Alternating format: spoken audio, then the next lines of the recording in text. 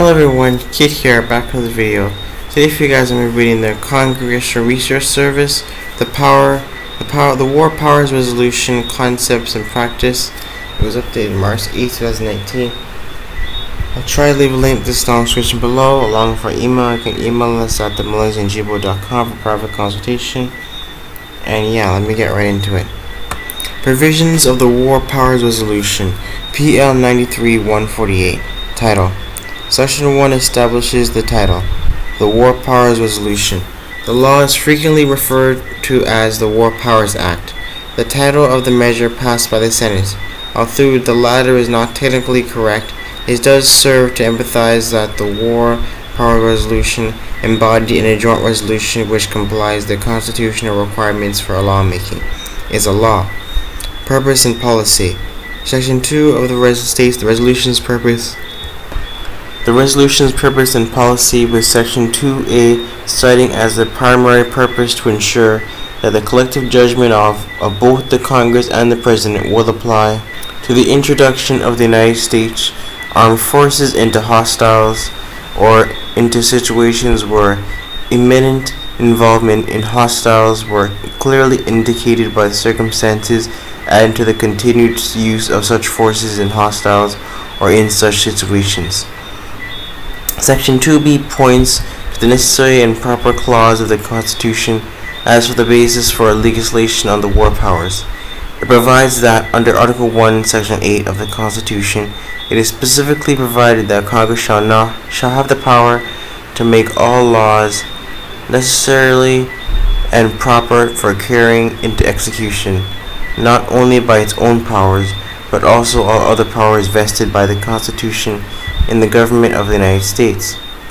Section 2 states the policy that the powers of the President as Commander-in-Chief to introduce U.S. Armed Forces into situations of hostiles or imminent hostiles are exercised only pursuant to 1. A declaration of war, 2. Specific statutory authorization, or 3. A national emergency created by attack upon the United States, its territories or possessions, or its armed forces. Consultation requirement. Section 3 of the War Powers Resolution requires the President in every possible instance to consult with Congress before introducing U.S. Armed Forces into situations of hostilities and imminent hostilities, and to continue consultations as long as the armed forces remain in such situations. The House report elaborated. A considerable amount of attention was given to the definition of consultation. Rejected was the notion consultation should be synonymous with merely being informed. Rather, consultation in this provision means that a decision is pending on a problem and that members of Congress are being asked by the President for their advice and opinions, and, in appropriate circumstances, their approval of action contemplated. Furthermore, for consultation to be meaningful, the President himself must participate, and all information relevant to the situation must be made available. The House version specifically called for consultation between the President and the leadership of appropriate committees. This was changed to less specific wording in conference. However, in order to provide more flexibility, reporting requirements. Section 4 requires the President to report to Congress whenever he introduces U.S. Armed Forces abroad in certain situations. Of key importance in Section 4A1 because it triggers the time limit in Section 5B. Section 4A1 requires reporting within 48 hours. In the absence of a declaration of war or congressional authorization, the introduction of U.S. Armed Forces into hostilities or into situations where imminent involvement in hostilities was clearly indicated by the circumstances. Some indication of the meaning of hostilities and imminent hostilities is given in the House report on its War Powers Bill. Section 4A2 requires the reporting of the introduction of troops into the territory, airspace, or waters of a foreign nation while equipped for combat, except for deployments which relate solely to supply, replacement, repair, or training of such forces.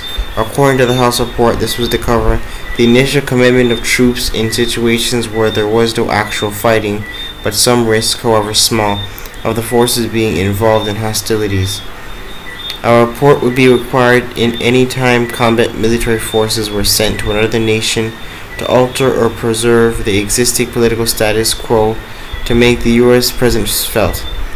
Thus, for example, the dispatch of Marines into Thailand in 1962 and the quarantine of Cuba in the same year would have required presidential reports. Reports would not be required routine support supply calls, emergency aid measures, normal training exercises, and other non-combat military activities. Section 4A.3 requires the reporting of the introduction of troops in numbers which substantially enlarge in the United States Armed Forces equipped for combat already located in a foreign nation. Taos report elaborated. While the word substantially designates a flexible criterion, it is possible to arrive at a common sense understanding of the numbers involved. A 100% increase in numbers of Marine Guards at an embassy, say from 5 to 10, clearly would not be on an occasion for a report. 1,000 additional men sent to Europe under present circumstances does not significantly enlarge the total U.S. troop strength of about 300,000 already there. However, the dispatch of 1,000 men to Guantanamo Bay, Cuba, which now has a complement of 4,000, would mean an increase of 25%, which is substantial. Under this circumstance, President Kennedy would have been required to report to Congress in 1962 when he raised the number of U.S. military advisors in Vietnam from 700 to 16,000. All of the reports under Section 4, which are to be submitted to the Speaker of the House and the President pro tempore of the Senate, are to set forth: A. The circumstances necessitating the introduction of the United States Armed Forces. B. The constitutional and legislative authority under which such introduction took place. And C. The estimated scope and duration of the hostilities or involvement. Section 4B requires the President to furnish such other information as Congress may request to fulfill its responsibilities relating to committing the nation to war. Section 4C requires the President to report to Congress periodically and at least every 6 months whenever U.S. forces are introduced into hostilities or any other situation in Section 4A. The objectives of these provisions, the conference report stated, was to ensure that the Congress by right and as a matter of law would be provided with all information it requires to carry out its constitutional responsibilities with respect to committing the nation to war and to the use of the United States Armed Forces abroad. Required reporting on legal and policy frameworks related to the use of military force. Section 1264 of the National Defense Authorization Act for fiscal year 2018 required the President to submit a report on the legal and policy frameworks for the United States, use of military force and related national security operations to the Armed Services Committees, the Appropriations Committees, the Foreign Affairs Committee, and the Senate Foreign Relations Committee, and the House Permanent Select Committee on Intelligence and Senate Select Committee on Intelligence. This initial report was to be approved not later than 90 days after the Act's enactment, December 12, 2017.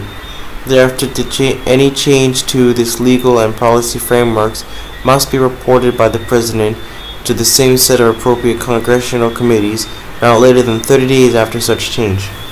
There is no regular interval for additional reporting. Changes to policies and legal justifications for new uses of military force, as well as existing ones, might be expected to produce new reporting in the future. Section 1264 is codified in Chapter 33 of Title 50 of the U.S. Code, alongside the provisions of the War Powers Resolution, but is not technically part of the resolution. President Trump provided the initial report required by Section 1264 in March 2018. Section 1264 does not specifically require reporting on new uses of military force. It requires reporting on frameworks, not specific decisions to use force within those frameworks. Nonetheless, as an example, the report explained in detail the use of such military force in each of the countries and against each of the groups or individuals that the executive branch has previously announced fall under the authority provided in the authorization for use of military force, 2001. It is arguable, therefore, that the executive branch has interpreted the provision to require new reporting under Section 1264 whenever a use of military force requires reliance on a new legal justification or a existing legal justification is extended to a new military use of force, or 2. Represents a new U.S. government policy to use military force in a new country or against a new group. Congressional action. Section 5A deals with congressional procedures for receipt of a report under Section 4A1. It provides that if a report is transmitted during a congressional adjournment, the Speaker of the House and the President pro tempore of the Senate, when they deem it advisable or if petitioned by at least 30% of the members of their respective houses, shall jointly request the President to convey Congress in order to consider the report and take appropriate action. Section 5B was intended to provide teeth for the War Powers Resolution.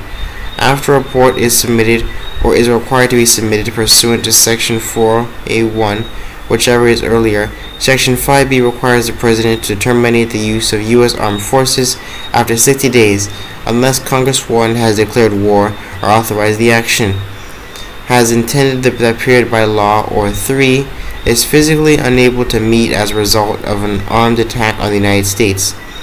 The 60 days can be extended for 30 days by the President if he certifies that unavoidable military necessity of respecting the safety of the United States Armed Forces requires their continued use in the course of bringing about their removal. Section 5C requires the President to remove the forces at any time if Congress so directs by a concurrent resolution.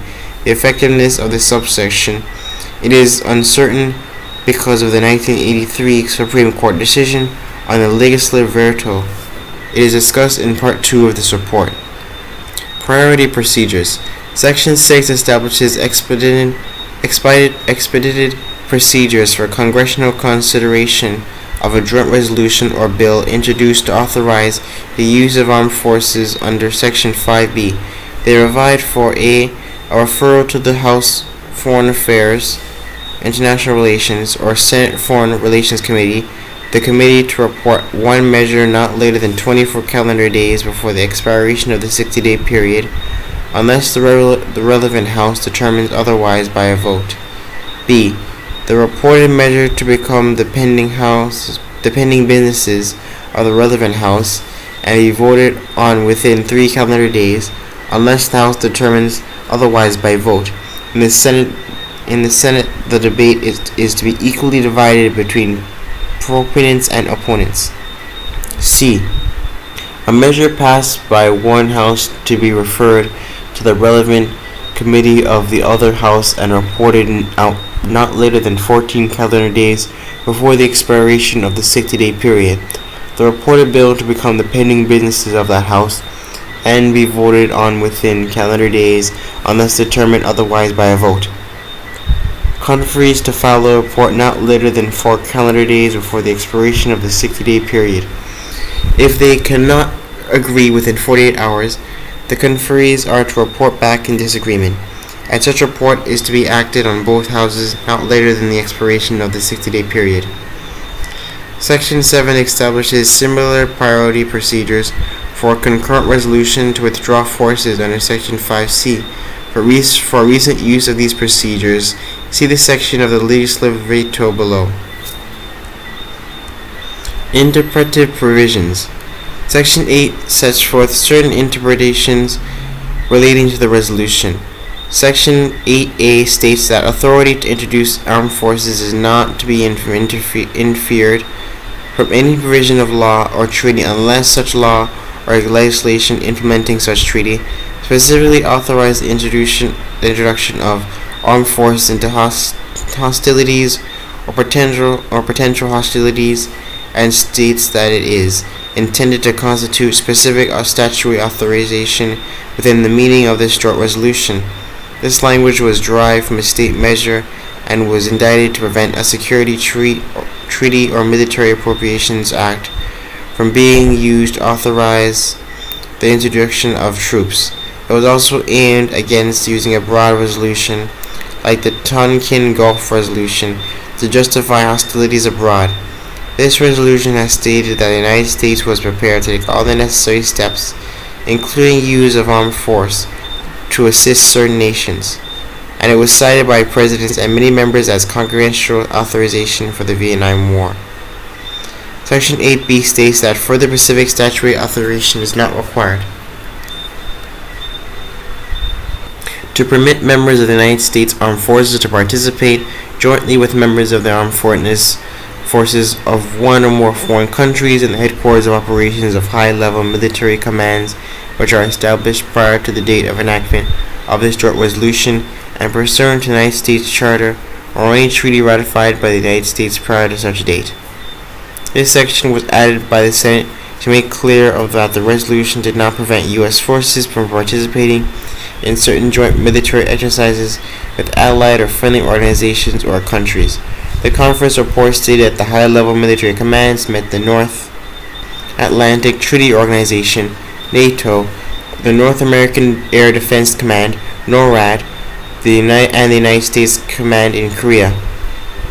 Section 8C defines the introduction of armed forces to include the assignment of armed forces to accompany regular or irregular military forces of other countries when engaged or potentially engaged in hostilities.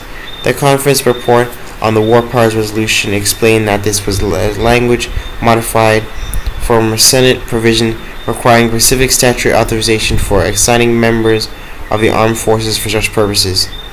The report of the Senate Foreign Relations Committee on its bill said, the purpose for this provision is to prevent secret, unauthorized military support activities and to prevent a repetition of many of the most controversial and regrettable actions in Indochina.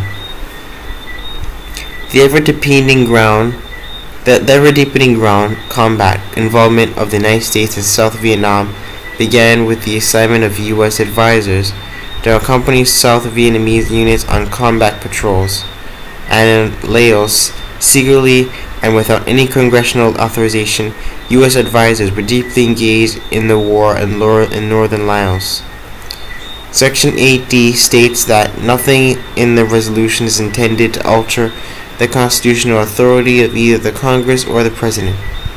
It also specifies that nothing is to be construed in granting any authority to introduce troops that would not exist in the absence of the resolution. The House report said that this provision was to help ensure the constitutionality of the resolution by making it clear that nothing in it could be interpreted as changing the powers delegated by the Constitution. Section 9 is a severability clause, stating that if any provision or its application is found invalid, the remainder of the resolution is not to be affected. Constitutional questions raised. From its inception, the War Powers Resolution was controversial because it operated on the national war powers divided by the Constitution in no definitive fashion between the President and Congress. Congress adopted the resolution in response to the precipitation that presidents have assumed more authority to send forces into hostilities than the framers of the Constitution has intended for the Commander-in-Chief. President Nixon, in his veto message, challenged the constitutionality of the essence of the War Powers Resolution, and particularly two provisions. He argued that the legislative veto provision permitting Congress to direct the withdrawal of troops from concurrent resolution was unconstitutional. He also argued that the provision requiring withdrawal of troops after 60 to 90 days, unless Congress passed legislation authorizing such use, was unconstitutional because it checked presidential powers without affirmative congressional action. Every president since the enactment of the War Powers Resolution has taken the position that it is an unconstitutional infringement on the president's authority as Commander-in-Chief. War powers of the President and Congress. The heart of the challenge to the constitutionality of the War Powers Resolution rests on differing interpretations by the two branches of the respective war powers of the President and Congress. These differing interpretations, especially the assertions of presidential authority to send forces into hostile situations without a declaration of war or other authorization by Congress, were the reason for the enactment of the resolution. The congressional view was that the framers of the Constitution gave Congress the power to declare war, meaning the ultimate decision whether or not to enter a war. Most members of Congress agreed that the President, as Commander-in-Chief, had power to lead the U.S. forces once the decision to wage war had been made, to defend the nation against attack, and perhaps in some instances to take other actions such as rescuing American citizens. But in this view, he did not have the power to commit armed forces to war. By the early 1970s, the congressional majority view was that the constitutional balance of war powers had swung too far toward the President and needed to be corrected. Opponents argued that Congress always had the power to forbid or terminate U.S. military action by statute or refusal of operations, and that without the clear will to act, the War Powers Resolution would be ineffective. In his virtual message, President Nixon said the resolution would impose restrictions upon the authority of the President, which would be dangerous to the safety of the nation and attempt to take away, by a mere legislative act, authorities which the President has properly exercised under the Constitution for almost 200 years. The War Powers Resolution in Section 2C recognized the constitutional powers of the President as Commander-in-Chief to introduce forces into hostilities or amendment hostilities as exercised only pursuant to 1. A declaration of war, 2. Specific statutory authorization, or 3. A national emergency created by attack upon the United States, its territories or possessions, or its armed forces. The executive branch has contended that the President has much broader authority to use forces, including such purposes as to rescue American citizens abroad, rescue foreign nationals, where such action facilitates the rescue of U.S. citizens, protect U.S. embassies and legislations, suppress civil insurrection, and implement the terms of an armistice or ceasefire involving the United States, and carry out the terms of security commitments contained in treaties. Legislative veto. On June 23, 1983, the Supreme Court in INS versus Chadha ruled unconstitutional the legislative veto provision in Section 244C2 of the Immigration and Nationality Act. Although the case involved the use of one House legislative veto, the decision will case doubt on the validity of any legislative veto device that was not presented to the President for its signature. The court held to accomplish what the House attempted to do in the Chadha case, requires action in conformity with the express procedures of the Constitution's prescription for legislative action, passage by a majority of both houses, and presentment to the President. On July 6, 1983, the Supreme Court affirmed the lower court's decision striking down the provision in another law that permitted Congress to disapprove by concurrent two-house resolution. Since Section 5C requires forces to be removed by the President if Congress so directs by concurrent resolution, it is constitutionally suspect under the reasoning applied by the Court. Concurrent resolution is adopted by both chambers, but it does not require presentment to the President for signature or veto. Some legal analysts contend, nevertheless, that the War Powers Resolution is a unique category, which differs from statuses containing a legislative power veto over delegated authorities.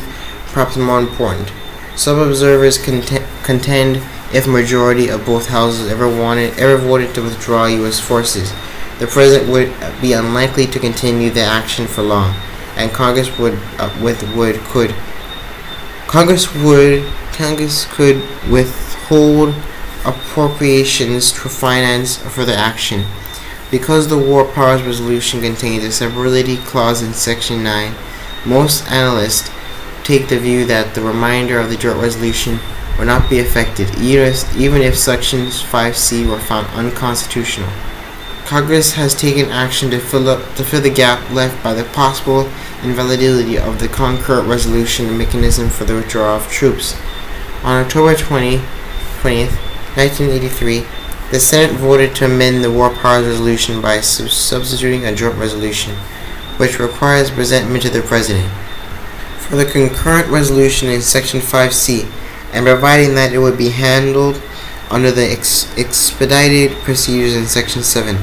House and Senate conferences agreed not to amend the War Powers Resolution itself, but to adopt a freestanding measure relating to the withdrawal of troops.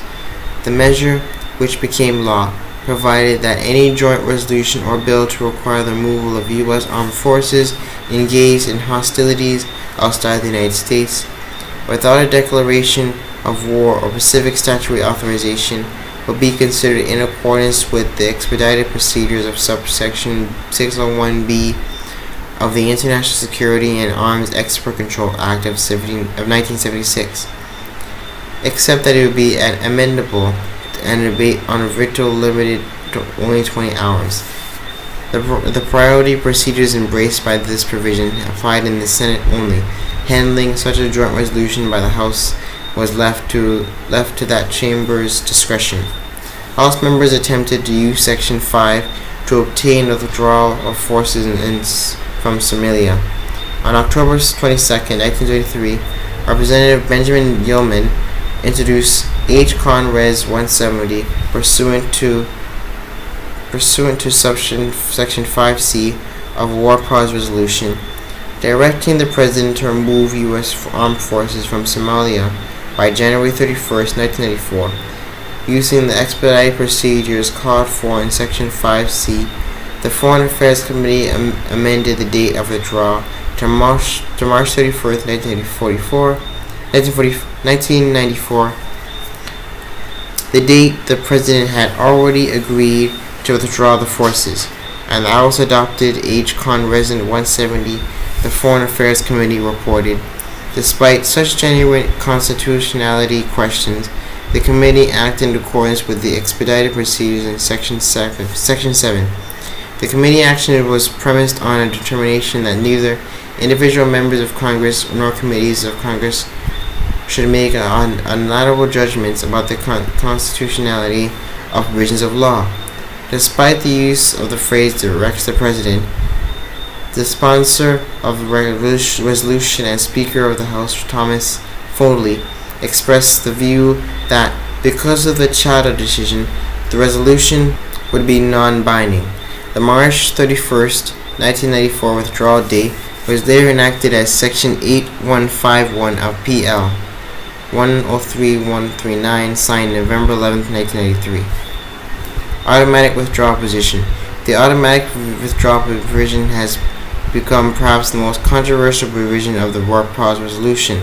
Section 5B requires the President to withdraw U.S. forces from hostilities within 60 to 90 days after a report is submitted or required to be submitted from under Section 4A1. The triggering of the time limit has been a major factor in the reluctance of presidents to report or Congress to insist upon a report under Section 4A1. I'm going to end off here. I'll leave a link to this document down the description below, along with our email. You can email us at themelissa@gmail.com for private consultation. Like, share, subscribe, and you guys have a nice day. Good night, everyone.